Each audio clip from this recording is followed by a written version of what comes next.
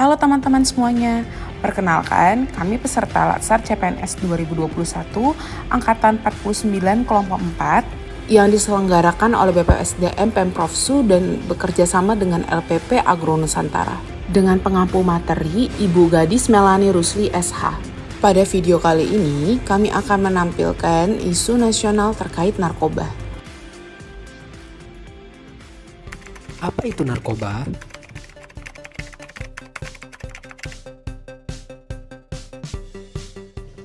Narkoba adalah singkatan dari narkotika, psikotropika, dan bahan adiktif lainnya.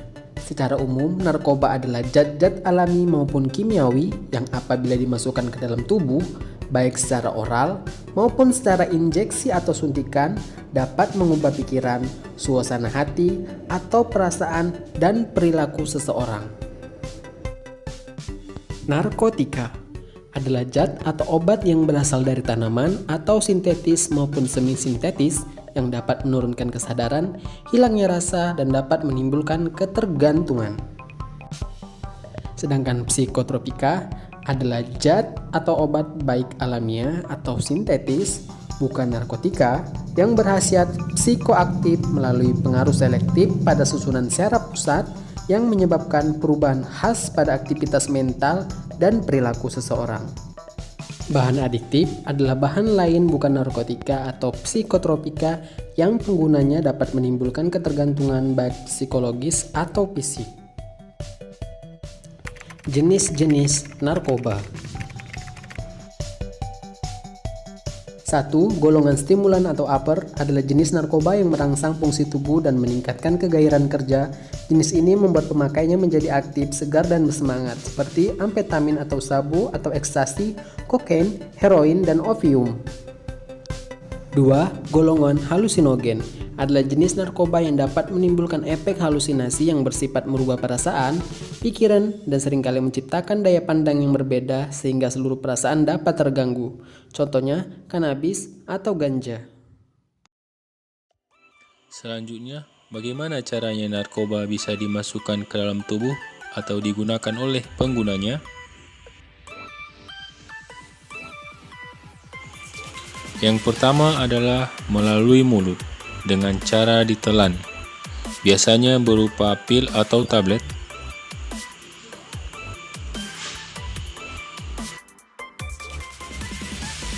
Yang kedua, dengan cara disedot gasnya, seperti penggunaan lem. Gas yang mengandung zat memabukkan itu menembus aliran darah yang ada di dalam rongga hidung. Yang ketiga, dengan cara dihisap seperti merokok. Zat atau asap akan masuk ke dalam kantong udara di paru-paru dan diserap oleh pemburu ke dalam aliran darah. Selanjutnya yang keempat adalah disuntikan, yaitu dimasukkan ke dalam tubuh dengan cara melukai bagian tubuh dengan jarum untuk mencapai aliran darah. Bahaya narkoba berdampak pada fisik dan psikologis. Bahaya narkoba terhadap fisik antara lain gangguan pada jantung dan pembuluh darah, gangguan pada paru-paru, sakit kepala, mual-mual, muntah, dan mengalami kenaikan suhu tubuh. Adapun bahaya narkoba terhadap psikologis antara lain susah berkonsentrasi, tidak percaya diri, penuh curiga dan apatis, pekerjaan menjadi lamban.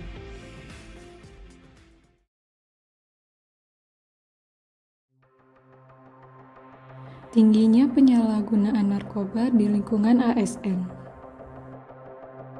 Saat ini, banyak oknum ASN yang terjaring penyalahgunaan narkoba, meskipun mereka sudah mengetahui dampak dan akibat dari narkoba tersebut, seperti beberapa kasus berikut ini. Contoh yang pertama adalah ditangkapnya Sekda Nias Utara di Medan terkait penyalahgunaan narkoba. Atau selanjutnya adalah ASN di Sumut ditangkap polisi saat sedang pesta sabu di sebuah gubuk.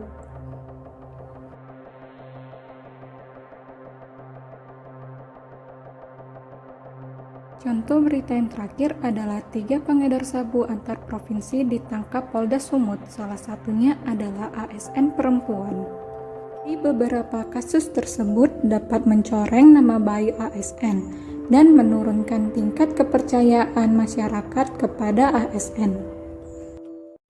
Baiklah, kelompok kami ingin menganalisis tentang tingginya kasus pejabat menggunakan narkoba di Sumatera Utara dengan menggunakan fishbone diagram. Jadi, ada beberapa faktor. Yang pertama itu metode, yang kedua people, lalu machine, dan milieu. Yang menjadi hal-hal terkait tentang people, adanya kejenuhan dalam bekerja, pengendalian diri lemah, adanya riwayat penyakit susah tidur bila tidak mengkonsumsi narkoba. Yang menjadi hal-hal terkait tentang metode, adanya atau kurangnya sosialisasi dalam pendidikan tentang bahaya narkoba. Yang menjadi hal-hal terkait tentang mesin, penyalahgunaan fungsi teknologi menjadi alat komunikasi untuk melakukan transaksi jual beli narkoba.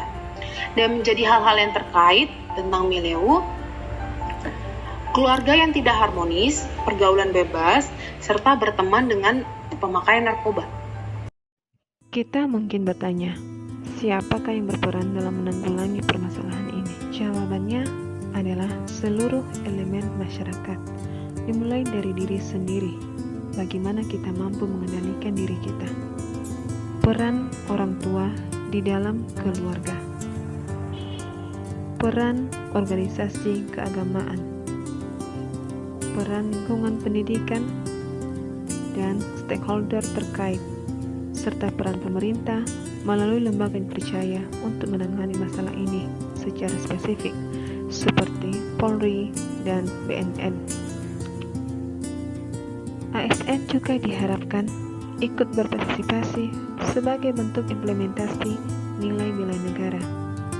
Hal sederhana yang dapat kita lakukan adalah dengan menjadi teladan bersih dari penyalahgunaan narkoba, kemudian melaporkan kepada pihak yang berwajib jika mencurigai adanya sindikat penyalahgunaan atau transaksi narkoba di lingkungan kita, dan membantu upaya P4GN yang dilakukan pemerintah.